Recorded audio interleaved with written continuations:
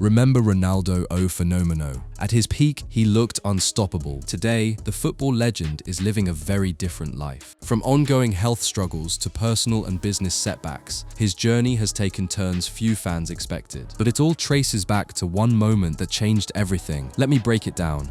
The phenomenon they called fat.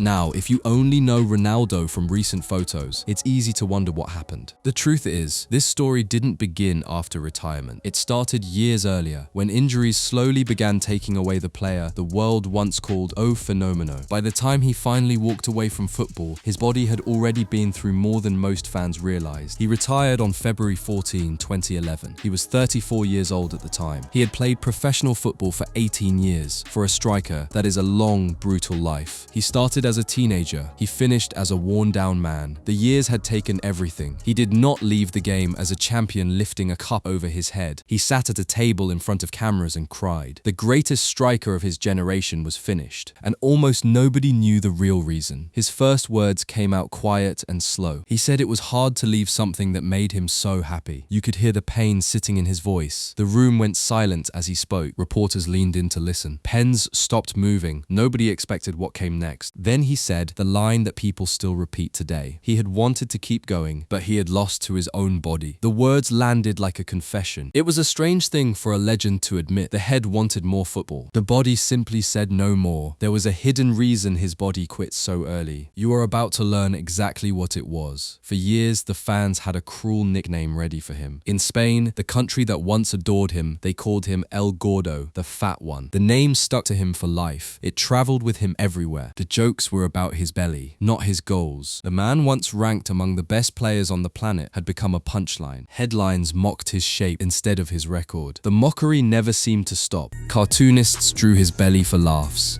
Comedians used his name as a joke. The jokes followed him for years. He carried them quietly. He pushed back against it once, plainly and tiredly. If he did not score, he was fat. And if he scored, he had lost weight. He could never win that argument. The world had already made up its mind. Facts did not matter to them. The joke was easier to tell. He could not change it. Here is the part most people never knew about. The weight was not just food, and it was not laziness. There was something broken inside him. The mockers had no idea it even existed. Around 2007, during his time in Milan, doctors ran tests on him. They found hypothyroidism, an underactive thyroid. It was a real medical condition, not an excuse. It quietly shaped his last years. It explained the slow weight gain. It explained the fading pace too. That condition slows the entire body right down. It makes weight gain easy and weight loss very hard. His own metabolism had turned against him. He was fighting an enemy inside his own body. The illness drained his energy daily. It made every workout harder. No one could see it. There was a cruel trap hidden inside the diagnosis. The standard treatment used hormones to fix the thyroid, but those hormones came with a problem he could not solve. It put his health against his career. In football, those hormones counted as doping. To treat his condition properly, he would fail a drug test. He was stuck between his body and his job. There was no clean way out. So he stayed quiet and played heavy and took the abuse. Years later, he said a lot of people should feel bad about their comments on his weight. The truth had been hidden the whole time. The jokers were laughing at a sick man. Now let me rewind 2 years, back to 2009. Ronaldo needed a new club and a new start. His knees were tired and his weight was climbing. Very few people believed he had much left. He signed for Corinthians in Brazil. The move surprised the whole country for one simple reason. It did not fit who he was supposed to be. People could not understand it. He was a self-declared Flamengo fan. Critics called the signing a marketing stunt for a heavy, fading star. Many expected him to flop badly. They wanted to be proven right. He had not scored in Brazil for over a decade. The doubt was fair at the time. He was past 32 and heavier. Few gave him a real chance. He proved them wrong fast. Then he answered the doubters in the only way he knew how. He scored goals, lots of them, despite his shape. In 2009, he scored 23 goals in 38 games. The old striker was suddenly alive again. He dragged Corinthians to the Campeonato Paulista title with 10 goals in 14 matches. They also won the Copa do Brasil that year. The team was winning because of him. The doubts went quiet for a while.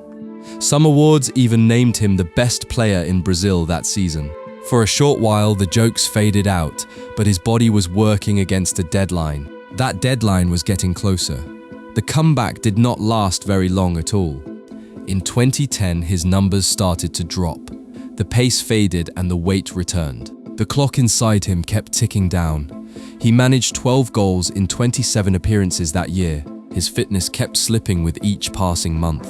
Each game looked a little harder for him. The decline was now visible to everyone. He looked heavier in the team photos. He moved slower between the lines. The old burst was gone.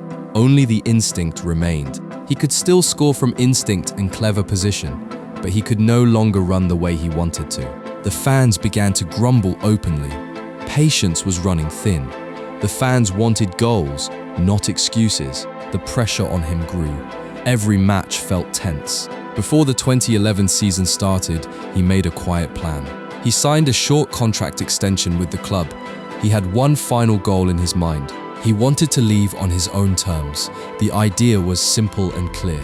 He would retire at the end of that year. He wanted one last run at a trophy. He wanted one proper goodbye to the game. He pictured a clean finish with a title in his hands. Instead, the season turned on him fast. It did not go the way he planned. It went badly wrong. The trophy never came at all. The season fell apart instead. The dream slipped away. Corinthians entered the 2011 Copa Libertadores with real hope. Then came the fall that broke the patience of the fans. It happened against a club few expected. The shock was total. They lost to Deportes Tolima of Colombia. It was an early and embarrassing exit. The biggest club in Brazil was out far too soon. The country could not believe it. A giant had been knocked out before it really mattered. The blame had to land somewhere heavy. It landed on the heaviest man in the squad. It landed on him. He had become the face of the failure. The fans needed someone to blame. The fans turned on him fast and they turned ugly. Some of them came straight to the training ground. They wanted him to feel their anger. They made very sure he did. Someone sprayed graffiti calling him O Gordo, the shameless fatty. Angry protests followed at the club. The man who once carried Brazil was now a target. The hero had become the villain. He had only a handful of days left in the game. The end was rushing toward him now. There was no escaping it. The final act had begun. On February 14, 2011, he called a press conference. The room filled fast with cameras and reporters. Everyone in there sensed what was coming. They were exactly right. He had barely played that year at all. There were no league goals in his final stretch. His body had finally run out of road. There was nothing left to give. The knees were worn down to almost nothing. The thyroid drained what speed remained. He spoke for several long minutes that day. His voice cracked and broke more than once. Then he confirmed it plainly to the world. He was done with football. He gave clear reasons for walking away from the game. The first reason was his body's long, losing fight. The damage had been building for over a decade. The repairs no longer held together. He spoke of a long series of injuries over the prior 2 years. Legs, muscles and sides had all failed him. His frame could not absorb the punishment anymore. Every week brought a new problem. He had survived as a goal poacher near the very end. But even that needed a body that could move. That body was now gone for good. The legs had finally quit on him. The second reason joined the thyroid and the constant pain. He could no longer train the way the sport demanded. His mind was willing, but his frame was not. That gap finally beat him. Then he said the full sentence that people remember. The head wanted to go on, but the body could not take anymore. It was a clean and brutal summary. It said everything in one line. He was 34, an age many strikers play right past. His knees had aged far faster than his desire. His clock had run out years too early. The sport had used him up. His Corinthians record still reads better than the jokes suggest. He scored often whenever he could stand and run. The output never fully left him, only the speed did. In total, he made 69 appearances and scored 35 goals for the club. A heavy and hurting man still found the net. That was the strange part of his ending. The instinct survived everything. The talent stayed long after the speed had gone. The brain still read the game perfectly.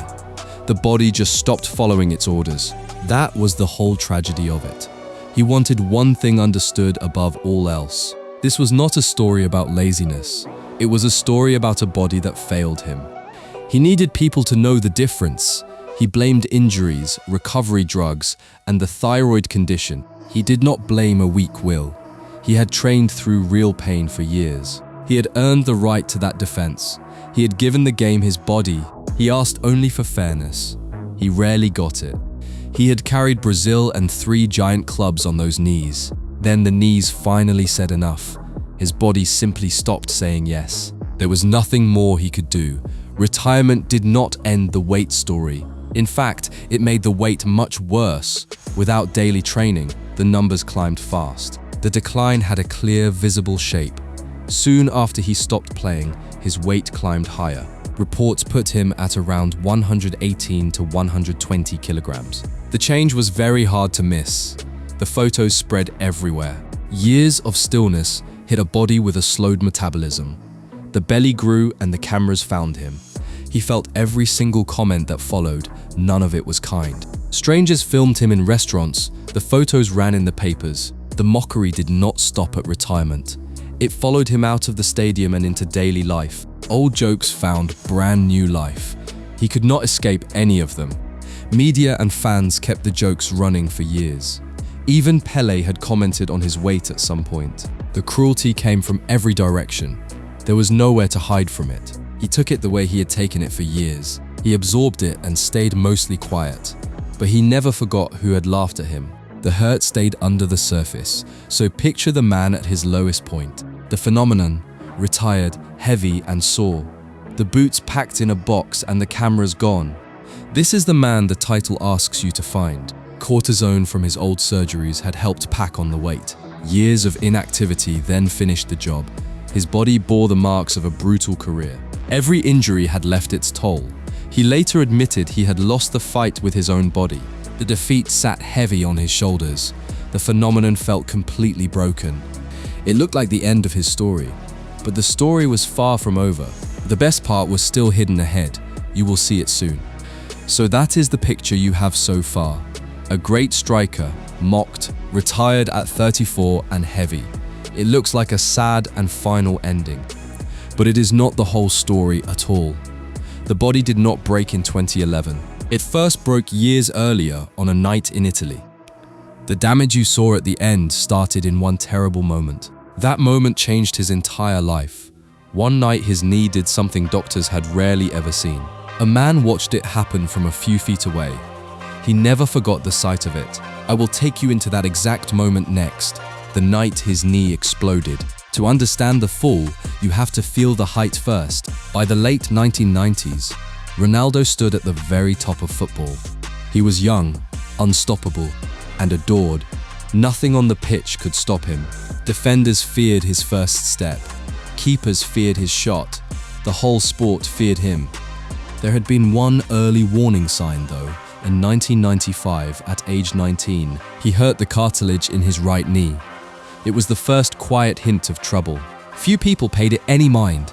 He shook it off and kept scoring goals. Nobody thought much of it at the time, but that knee held a ticking clock inside it. The alarm would go off later.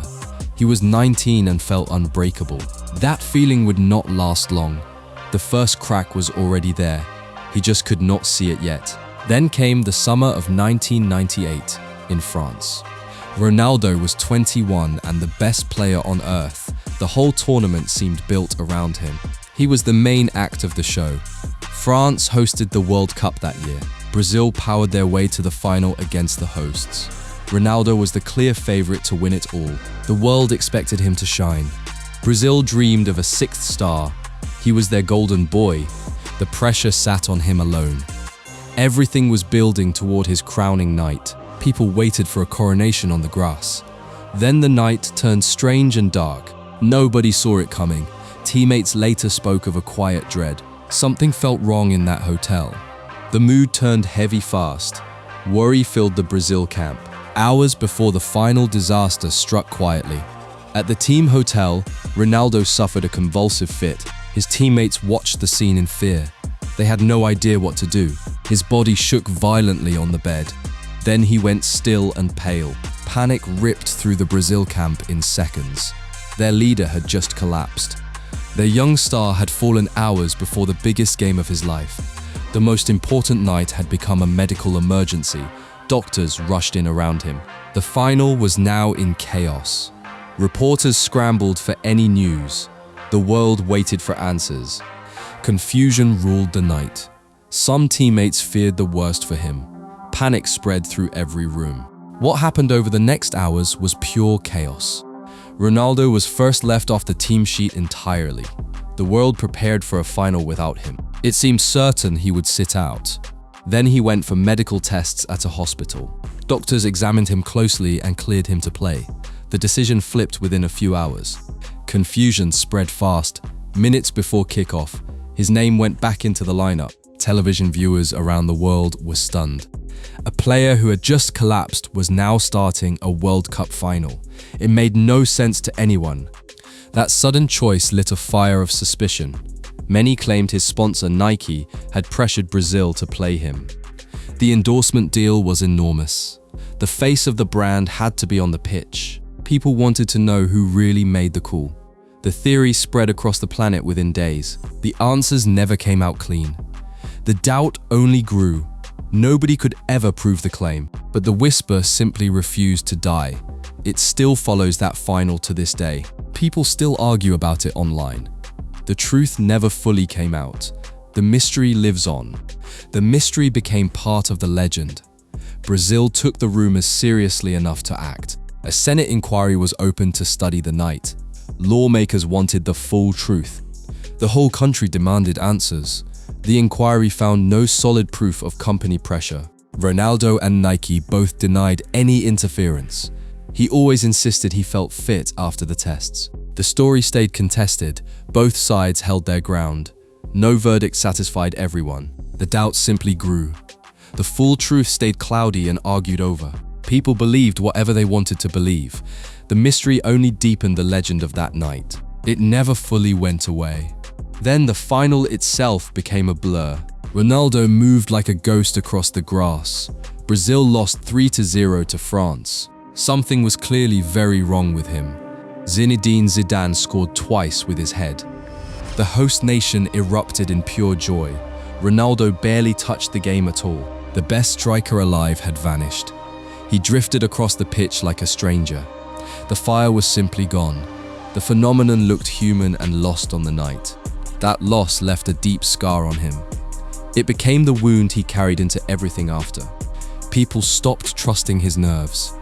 He needed redemption more than anyone in the sport. The whispers about his body grew louder.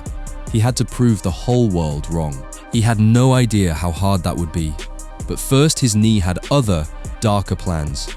The real nightmare had not even started yet. He thought the worst was behind him. He was completely wrong. The pain was only starting. His knee had more to take. The nightmare had a second act. Back in Italy, he played for Inter Milan. He carried that 1998 question mark with him. He wanted to bury it with goals. Instead, his body buried him. In November 1999, against Lecce, the horror began. His knee buckled with no heavy contact at all. There was no dramatic collision, just a quiet, sickening moment. Doctors found a ruptured tendon in his right knee.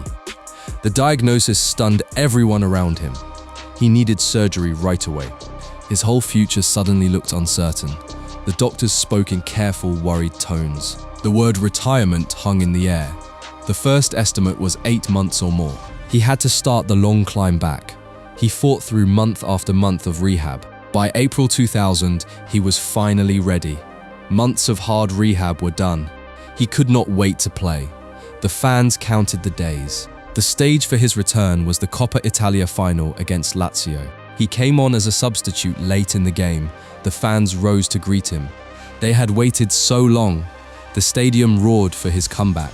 He had been gone for many months. He lasted just 6 minutes on the pitch. Then the worst moment of his career arrived. He tried a simple body feint to beat a man. There was no defender even touching him. His own leg destroyed him in an instant. The crowd's joy turned to horror. There was no opponent near him at all. His knee gave way beneath his weight. He crashed to the ground, screaming in agony. The tendon had ripped fully apart this time. His kneecap slid completely out of place. His physiotherapist, Nilton Petrone, saw it up close. He said the kneecap had basically exploded. The image was impossible to forget. He called it one of the worst football injuries he had ever witnessed. The kneecap had lodged up near the thigh. Players around him looked away in horror. Few injuries ever looked that brutal. Grown professionals turned pale at the sight. Some could not watch the replay. Ronaldo needed surgery again immediately. Another long stretch of darkness began. The doubts grew loud and public. Diego Maradona reportedly told him to retire. A true legend was telling him to quit. The advice carried real weight in the game. Many doctors agreed his career was over. He was only 23 years old at the time. A talent like that finished before his prime. That was the verdict in every room he entered. Most people had already buried his career. He refused to accept their decision. He started the brutal rehab anyway. The work was slow, painful, and lonely. Some days he trained for up to 9 hours. The grind never seemed to stop. He went through multiple operations on the knee. He later called the whole period pure agony. Pain, hospitals, and doubt filled nearly 2 years. Most men would have walked away. He chose the harder road instead. He wanted his career back. He fought for every day. He leaned hard on his physio team and his family. He leaned even harder on his own stubborn mind. He simply refused to be finished. That refusal kept him alive in the sport. He counted every small step forward. He lived for the next session. Recovery became his whole world. He chased fitness like a title. By late 2001, he returned to the pitch. He scored in short bursts for Inter. The goals proved he still had magic, but the knee was never truly the same again. The pain and the doubt traveled with him everywhere. He played now with a body he could not fully trust. Every sprint felt like a gamble. Every landing held a risk. Now the 2002 World Cup was coming in Korea and Japan. Brazil had a very hard decision to make. Could a half-broken striker still lead a nation? The press was full of fitness fears. Coach Luis Felipe Scolari kept the faith in him. He gave Ronaldo a cameo to prove his legs. It was a gamble on a damaged man. The whole country held its breath. They wanted to believe in him again, but they were terrified of being let down twice. The memory of 1998 still stung. Nobody wanted a repeat. Ronaldo carried that fear into the tournament. He also carried a quiet, fierce hunger. He had something to prove to everyone. He was about to prove it loudly. To pull eyes off his knee, Ronaldo did something strange. He shaved an odd triangle haircut into his head. It was a clever little trick. The whole world fell for it. The whole world talked about the bizarre hair. They forgot to talk about the fragile knee. The distraction actually worked perfectly. The pressure shifted off his body. He made the squad amid heavy scrutiny. Then he answered every single doubt with his boots. The redemption was about to begin, and it began with a flood of goals. He played all 7 matches of the tournament. He scored against almost every team Brazil faced. He scored twice against Turkey in the opener. The phenomenon was clearly back. He scored against China and Costa Rica too. He added another goal against Belgium in the knockouts. The goals came in a steady flood. Defenders had no answer for him. A front three of Ronaldo, Rivaldo, and Ronaldinho tore defenses apart. Brazil looked unstoppable once more. The redemption story was building toward a peak. The whole country dreamed again. Children wore his shirt to school. Hope returned to Brazil. The fear began to fade. The semi-final against Turkey was tight and tense. One single goal would settle the whole match. Ronaldo found a finish from his childhood. He ran onto the ball and poked it home with his toe. It was a touch straight from the small court game he loved. The keeper had no chance at all. Brazil reached the final because of it. The boy from Rio kept delivering. Every game raised the stakes. He met them all. The nation believed again. Fans in the stands spelled out his name in letters. The whole nation rallied behind him. He was back at the summit of the sport. And the biggest test was still to come. The final put him face to face with Germany and Oliver Kahn. Kahn had been almost unbeatable all tournament. Ronaldo scored twice in the 2-0 win in Yokohama. He broke the great keeper. He pounced on a loose ball for the first goal. He finished a clean break for the second. He was named man of the match in the final. Brazil lifted their 5th World Cup. He had beaten the unbeatable keeper. He had answered every single critic. The demon from 1998 was finally gone. 4 years of pain ended in glory. He had survived the unthinkable to get here. The redemption was complete. The doubters had no reply. The knee had not won. He finished the tournament with 8 goals and the Golden Boot. It became one of the greatest comebacks in all of sport. Few stories anywhere match it. He had climbed back from the dead. He had answered the seizure, the loss, and the exploded knee. He answered them all with goals. The phenomenon had survived the unthinkable. He stood on top of the world again, so he climbed all the way back up the mountain.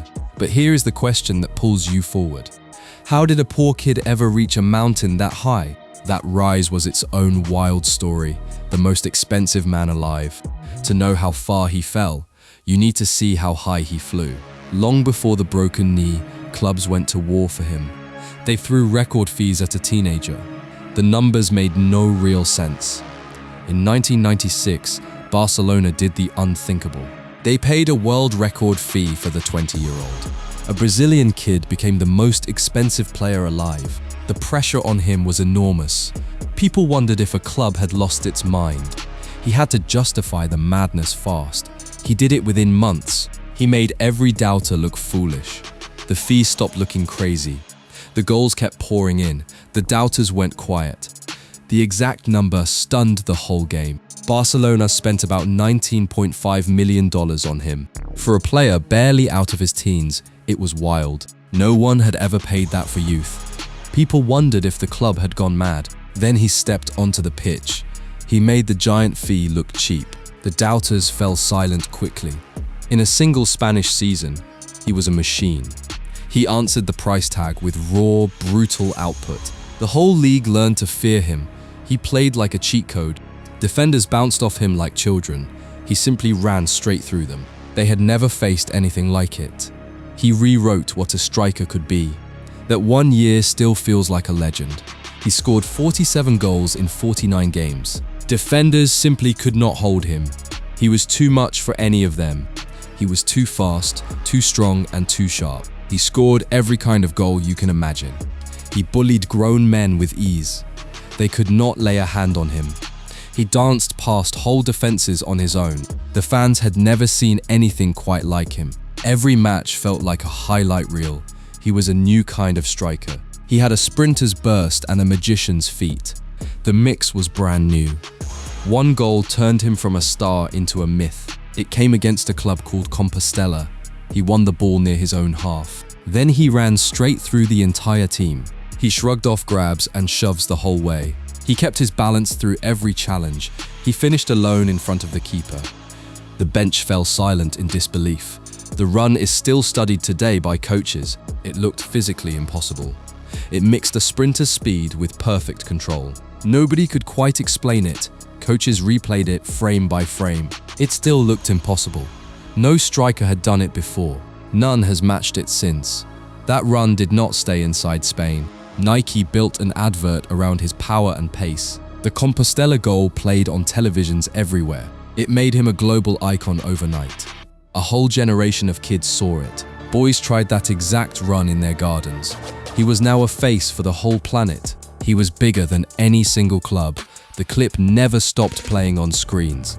His name spread far beyond football fans. He became a symbol of pure talent. The world had a new hero. Posters of him sold out fast. Kids everywhere wanted to be him.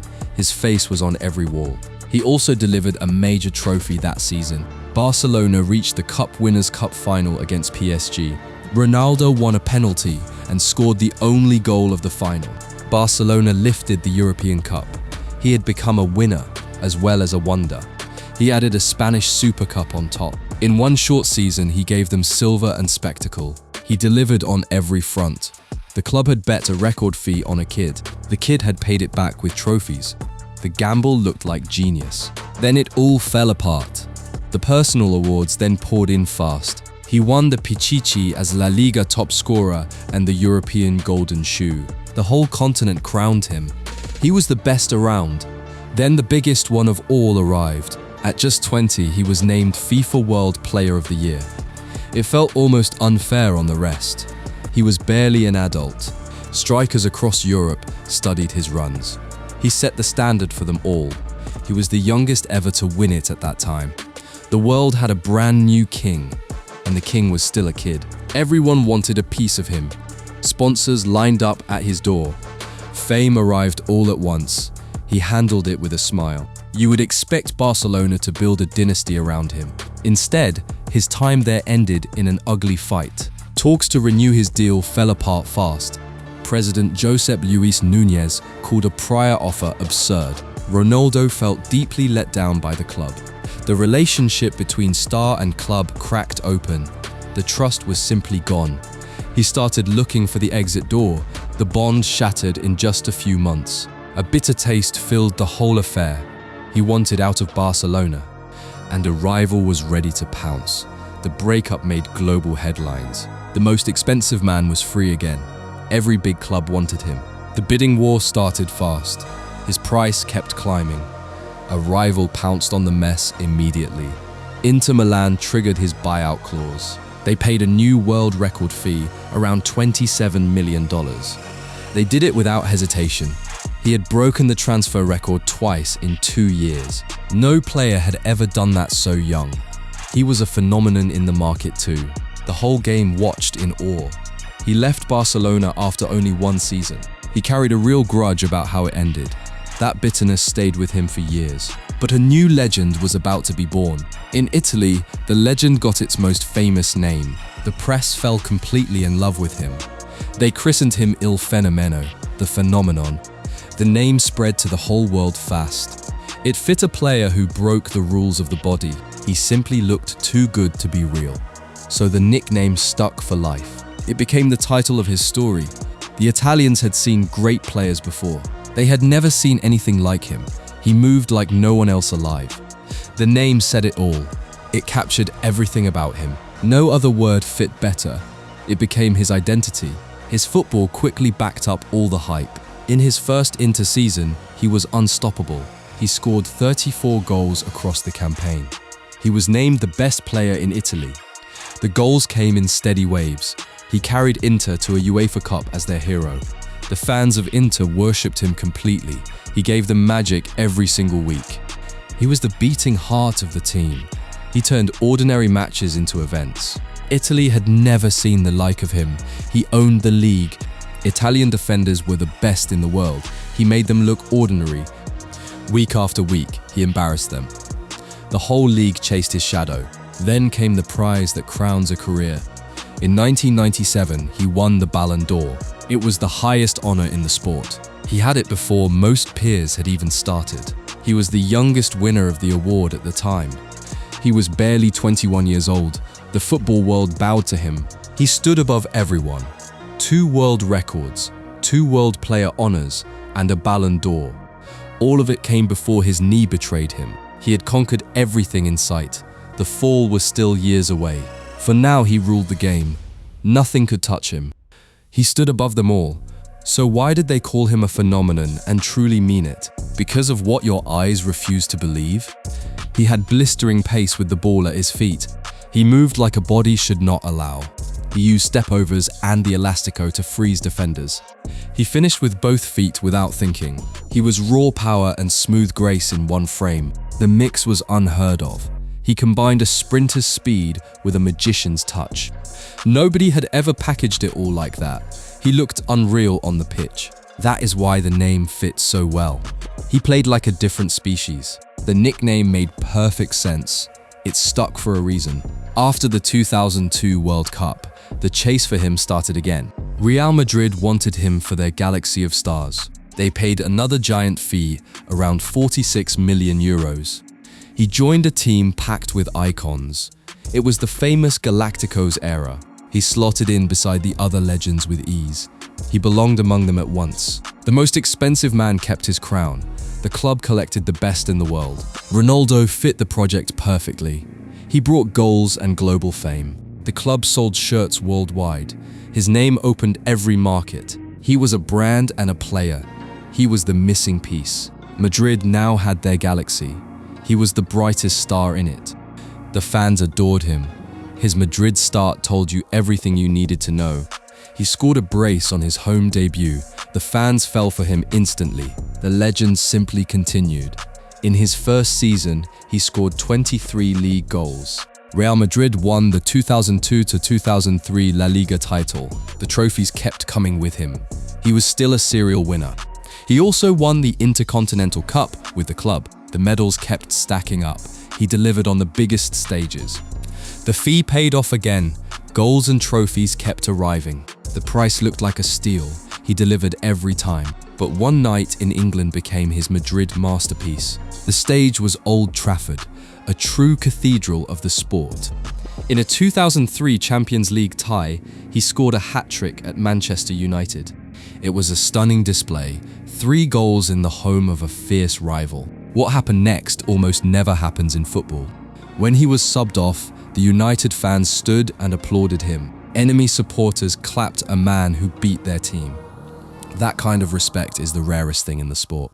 Opposing fans do not usually rise for a rival, but he had earned it with sheer brilliance. It was a moment few will ever match. Rival fans rarely honor an enemy. They could not help themselves that night. His sheer speed of scoring stunned people too. Against Atletico Madrid, he scored after just 15 seconds. The match had barely begun. He was already ahead. In the 2003-2004 season, he won the Pichichi with 25 goals. He was still elite, even with a battered knee. The talent never truly left him. He kept finding the net through pain. The brain stayed 3 steps ahead of defenders. The fans kept singing his name. He was still one of the best alive. But the cracks were starting to show. But by his later Madrid years, the weight returned. Pace and mobility started to slip away. The phenomenon was fighting his own shape now. The cracks were widening fast. He clashed with manager Fabio Capello over strict weighing and fitness. The arguments grew tense and public. The relationship soured over the scales. The mood turned cold. The slow decline had quietly begun right here. The body that ruled the world was changing. The descent toward that retirement room had started. The clock was ticking again. The goals still came in flashes. But the body was slowing down. His Madrid run ended on a sour note. The goals dried up as the weight climbed. The manager and the star stopped seeing eye to eye. He broke records on and off the pitch. He won everything a player could win. He looked untouchable, but strip away the records and the fame. One simple question still remains. How did a boy too poor for the bus ever reach all of this? The answer is the wildest part. His start was nothing like his peak. It was small, hard, and uncertain. The road from there to here is incredible. Let me take you back to the very beginning. The boy who couldn't afford the bus. Every phenomenon starts somewhere small. His somewhere was a modest suburb of Rio. There were no private academies or rich sponsors. There was only a ball and the street. He was born on September 18, 1976, in Itaguaí. His family lived in the working-class district of Bento Ribeiro. It was a tight, ordinary place. The game was everywhere around him. Every corner had a match going. He never lacked a game. The ball was always near. It was not a favela and not true poverty. It was a modest home where football ruled every street. He chased a ball before he could read. The sport was in his blood. Every kid on his street played. He was simply the best of them. His father, Nelio, worked as a phone technician. His mother, Sonia, held the family together. Money was always thin in the house. The pressure on them was real. The home was not always a calm place. His father struggled with alcohol. The strain showed in the family. The young boy felt it all. Home life was often tense. The pitch became his calm place. He hid inside the game. When Ronaldo was 11, his parents separated. The split shook his small world. He found his only escape in the ball. The street became his refuge. When home felt heavy, he played. The game carried him through it. School slipped away after the separation. He chose the ball over the classroom every time. His mother knew it and grieved it. She said she always found him playing in the street when he should have been in school. The street was his real classroom. Then she added a heavy line. She said she knew she had lost that battle. She had given up the fight. She could not pull him back to his books. Football had already claimed him fully. There was no competing with it. The boy belonged to the game. His future was already set. The ball had decided it. There was no turning back. Books bored him to tears. The ball never did. He would play until dark every day. Nothing else mattered to him. He played anywhere he could find a ball. Streets, yards, and empty lots all became his pitches. At home, he dribbled through the fruit trees. Guavas and mangoes became his defenders. He learned to slip around obstacles young. He often played barefoot on hard ground. The control he built there never left his feet. Those rough lots made him special. He played from morning until dark. He never seemed to tire of it. The ball was glued to his feet. The skill grew with every game. He treated the street like a stage. Neighbors stopped to watch him. Word of the boy spread fast. Everyone knew his name. People sensed something special. His first true love was not the big grass field. It was the small, fast indoor game. He called futsal his first love. That choice shaped his whole career. The tight court sharpened his touch and his balance. He learned to think in small spaces. In a cramped court, he learned to turn quickly. Those tricks became his lifelong trademark. The toe-poke goal in 2002 was born here. So were the stepovers that froze defenders. Futsal gave him his magic. It was his secret weapon. The small court rewarded quick thinking. He learned to decide in a flash. That speed of thought defined him. It set him apart from everyone. He started at a local club called Valkea. The funny part is his very first position. He started out as a goalkeeper, then his coaches saw what he did with his feet. They could not waste that talent in goal. They pushed him forward into attack. The goalkeeper became a goal scorer. The world is lucky they moved him. A keeper that good is rare. A striker that good is priceless. One choice changed history. Imagine that talent stuck between the posts. It almost happened to him. One smart decision changed everything. The striker was finally set free. Next came Social Ramos, and the numbers turned absurd. In one season, he scored a reported 166 goals. In a single 12-goal game, he scored 11 of them. He was a different species of talent. A young boy was rewriting the City Youth League. The goals piled up beyond belief. People started to talk about him, words spread across Rio. Coaches said nothing rattled him. He played like every big moment was beneath his worry. He had ice in his veins already. He was built for the spotlight. Big games never shook him. He seemed to enjoy the pressure. The bigger the stage, the better. He came alive in big moments. Fear never reached him.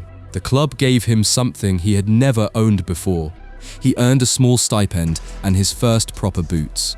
It covered lunch and bus fare. A poor kid finally had real shoes. That detail matters more than it sounds. Money and football were already tangled in his young life. He scored because he had to. Every goal had a purpose. The boots were a symbol of his climb. Each step forward came with a price. He paid it with goals. He never stopped scoring. Every match brought new goals. The tally kept climbing fast. He could not be stopped. He moved on to São Cristóvão, a modest Rio club. His coach there made a bold prediction. Roberto Gaglianone predicted he would become Brazil's next great striker. It sounded like a wild dream. Then the dream got real fast. A true legend walked in and noticed him.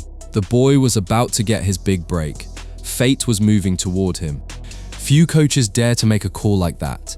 Gaglianone saw the future clearly. He was completely right. The boy would go even higher than that. Even the bold prediction fell short. He outgrew every dream. The world was too small for him. The legend was Jairzinho, a hero of Brazil's 1970 World Cup team. He saw the boy and knew at once. Jairzinho pushed him hard toward his old club, Cruzeiro. One word from a legend changed everything. He had watched the greatest players alive. This one was clearly special. Doors began to open fast. The professional game was reaching for him. The teenager started flying through the youth ranks. His childhood was nearly over. The big stage was calling him. He was ready to answer. Europe was calling his name. He could feel it coming. His time had arrived. Agents had spotted his future even earlier than that. Ronaldo and Alexandra Martins signed him at just 13 years old. They saw a once-in-a-lifetime talent. They locked it down early. They knew exactly what they had on their hands, a boy who could change their lives. They bet everything on him. The bet would pay off massively. They had found a gold mine. The boy would make them rich. Their faith was rewarded. The path to the very top now looked clear. Except one club almost ruined the whole thing. The mistake would haunt them forever. It is hard to believe even now. Here is the cruelest twist of his youth. His boyhood club Flamengo turned him away.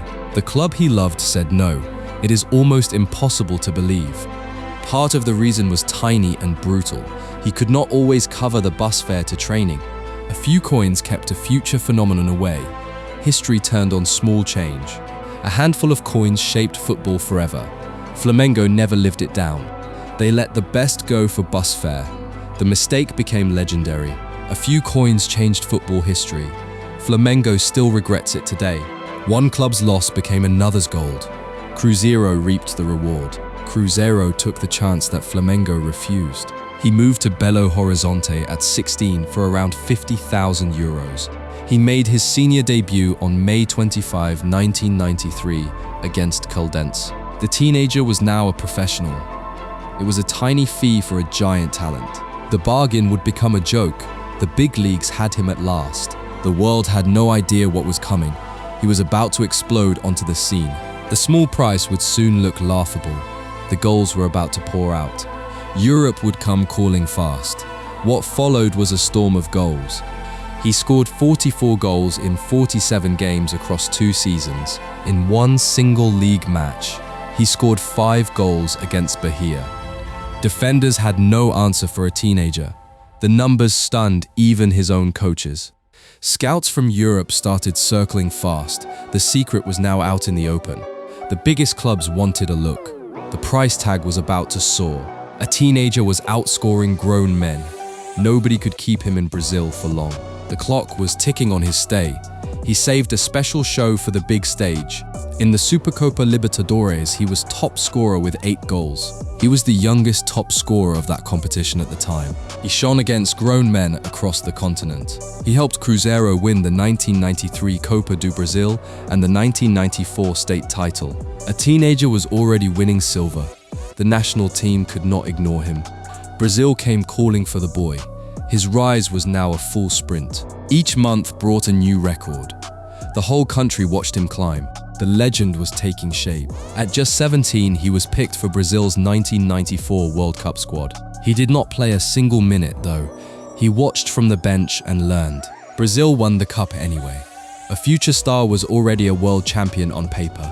He soaked up everything around him. The experience shaped the man he became. He learned from the very best. He watched the champions train.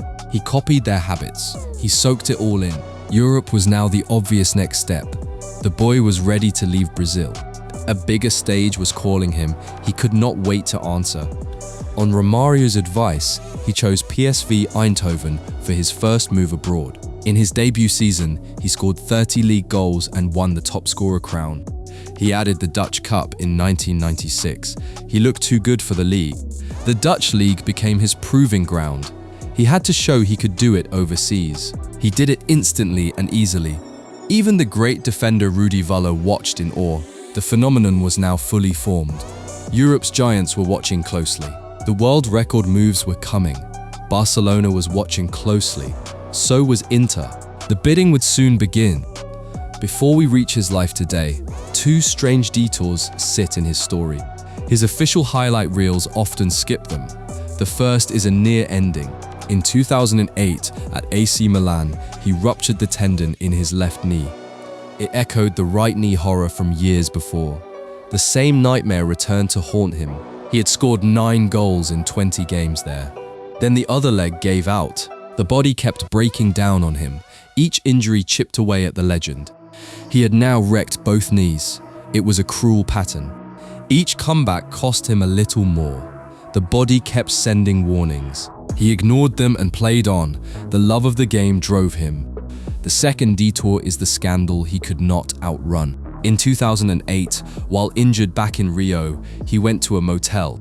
He hired 3 people he believed were women. They turned out to be transgender sex workers. An argument over money then broke out. One person allegedly demanded about $30,000 to stay quiet. He called it extortion. The tabloids feasted on it for days. He said he had not known their gender. He claimed he had been set up and targeted. No charges followed, since the work was legal. The story still bruised him hard. So that is the full picture of his rise and his mess. The poor kid had become a global icon. The icon had collected records and scandals alike. But the strangest twist is still coming. The strangest part of all is not the broken knee. It is not the scandal in the motel either. It is something almost nobody expected. It is where this man sits today. Look at him now. The man who lost the fight with his body got up off the floor.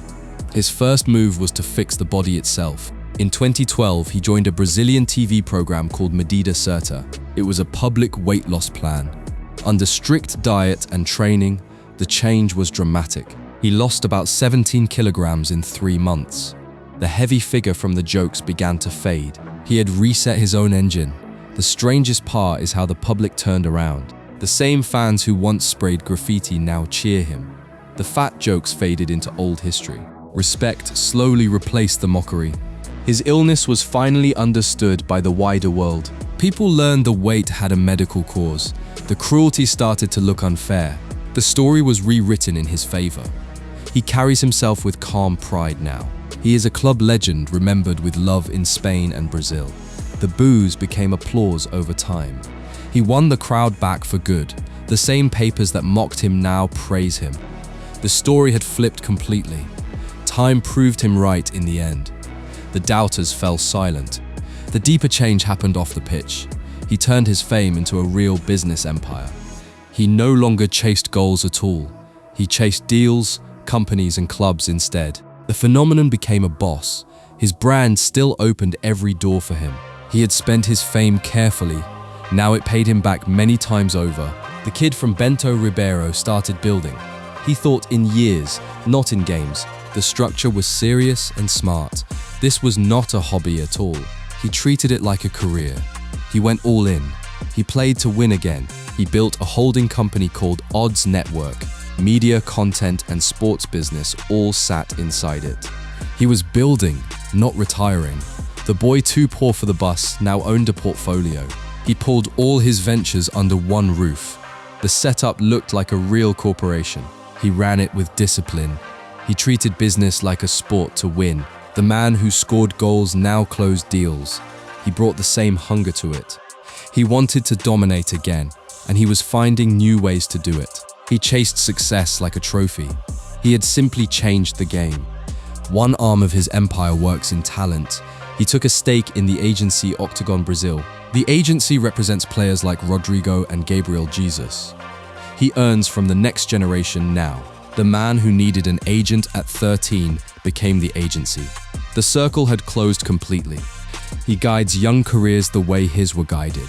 He knows every trick of the trade. He once begged for a single chance.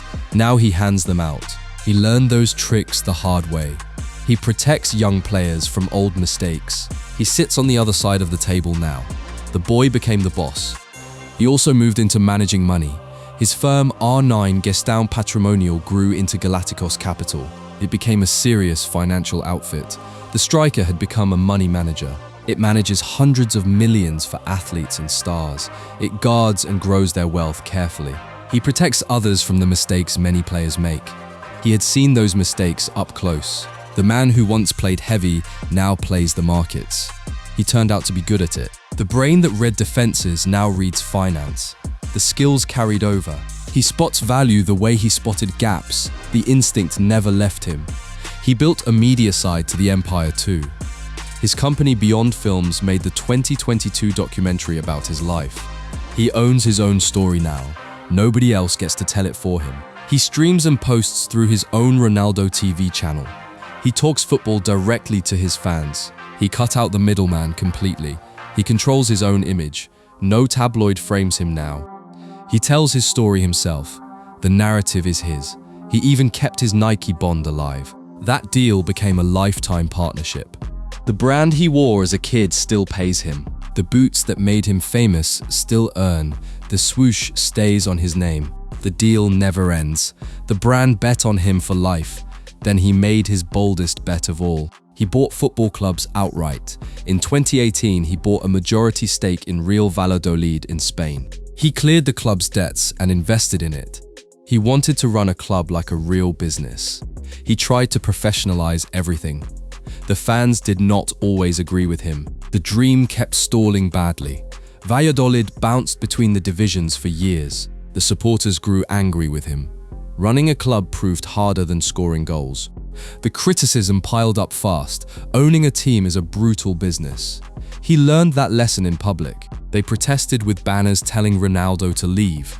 Some called him one of the worst owners around. The criticism stung the famous name. The Spanish dream was souring. In 2025, he sold his majority stake to a North American group. New owners later claimed he left heavy debt behind.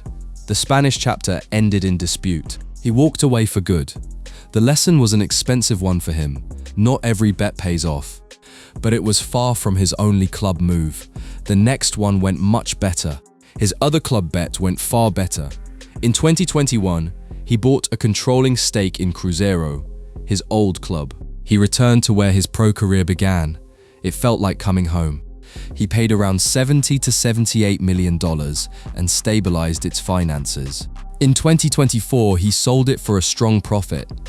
The deal made real business sense. He timed it well. He bought low and sold high. The boardroom suited him well.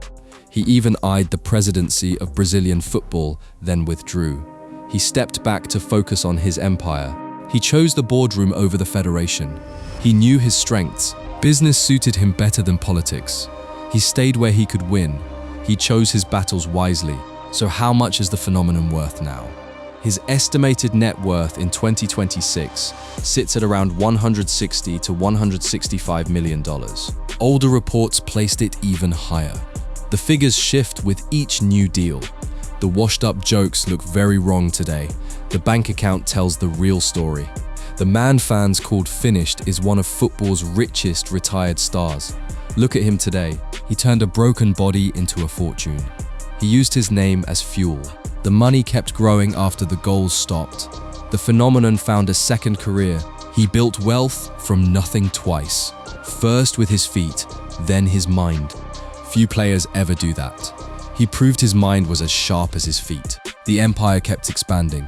New deals arrived every year. His name still moved markets. His homes matched the money he made. In 2026, he bought a $7.8 million Miami penthouse. It sits on the water with a rooftop view. The boy from the street lives high now. He keeps a luxury mansion in Ibiza for family summers. Thieves once stole around €3 million from it. Even the robbery showed how much he holds. He lives a world away from Bento Ribeiro. The suburb shaped him forever. He never forgot where he started. The street made the man. He is also part of a $1 billion real beach club project near Sao Paulo. The kid from the street builds resorts now. His name carries serious weight in business. Doors open at the sound of it. His name carries real weight. Partners seek him out. The boy became a global brand. His toys are loud, fast, and rare. His car history includes a Lamborghini, Ferraris, and a Bugatti Veyron. He has loved fast cars since his playing days. The garage tells its own story. His wrist tells the same kind of story. He owns Rolex, Patek Philippe, and Richard Mille watches. The collection is worth hundreds of thousands. He earned every single piece. He surrounds himself with the rewards of his work. But the luxury is not the whole story. His daily life is calmer than you think. He chose peace over chaos. His days now are calm and chosen by him. He even fell in love with a brand new sport. He says he now loves tennis more than football. He plays it for hours at a time. He follows the tennis tour closely. The competitor inside him never left. He He chases the same thrill on the court, he just swapped the ball. He also plays poker, sponsored and serious. He treats it like another contest to win. The fire still burns inside him. He always needs a game to play. Competition keeps him alive. He chases it everywhere. The fire never died. He gives back too in a steady way. Since 2000, he has been a UN Development Programme Goodwill Ambassador. He uses his name for social causes. The role has lasted for decades. He supports good work through his own foundation. In 2023, he was baptized into the Catholic faith. The wild young star grew into a steadier man. The change in him is real. He found a kind of peace he never had as a player. The chaos of fame settled down. He chose calm over noise. The phenomenon finally relaxed. His family life is full and blended. His first marriage was to footballer Melaine Dominguez in 1999. Their son Ronald chose music over football. The family tree spread wide from there. He later had 2 daughters with Maria Beatrice Anthony. He also has a son named Alexander with another partner. He is a devoted father to several children. Family means everything to him now. In 2023, he married model and entrepreneur Selena Locks in a lavish Ibiza ceremony. His son Ronald reportedly DJ'd the wedding. The whole family came together that day. It was a long way from the street. Today, in mid-2026, he is healthy and busy at 49. He is a respected elder of the game now. He spoke about Cristiano Ronaldo with a sharp, honest line. He said he trained out of duty, while Cristiano trains because he loves it. People want his opinion on everything now. He weighs in on the 2026 World Cup with real authority. He reunites with old friends like Ronaldinho. The phenomenon is a voice of the sport. He sits above the game he once ruled. He watches the new stars rise. He has seen it all before. His word still carries weight. Young stars seek his advice. He gives it with a smile. The phenomenon enjoys this role. He has earned the respect. The whole game looks up to him. He is a statesman now. The boos are long gone, so look at him today exactly like the title asked you to. The fear was that he was ruined and forgotten. The fear was that the jokes had become the truth. They did not. The truth is the complete opposite. He survived the seizure and the loss in 1998. He survived the exploded knee and the long darkness. He survived the mockery and the scandals. He is wealthy, healthy, married, and at peace. The phenomenon did not vanish into a sad ending. He simply changed the game he was playing. And he won that one too. Today, the football world argues about the greatest ever. Ronaldo's name sits in almost every serious list. Many who saw his peak call it the best ever. The lost years only deepen the legend. Fans still wonder how high he could have climbed. People study what his injuries truly cost him. 2 ruptured knees stole his sharpest years. He still did more than almost anyone alive. He had the pace, power, and touch of a freak athlete. Healthy, he might have rewritten every record. The what if still haunts the sport. It makes the myth even bigger. Think about the full shape of his life. A boy too poor for the bus became the most expensive man alive.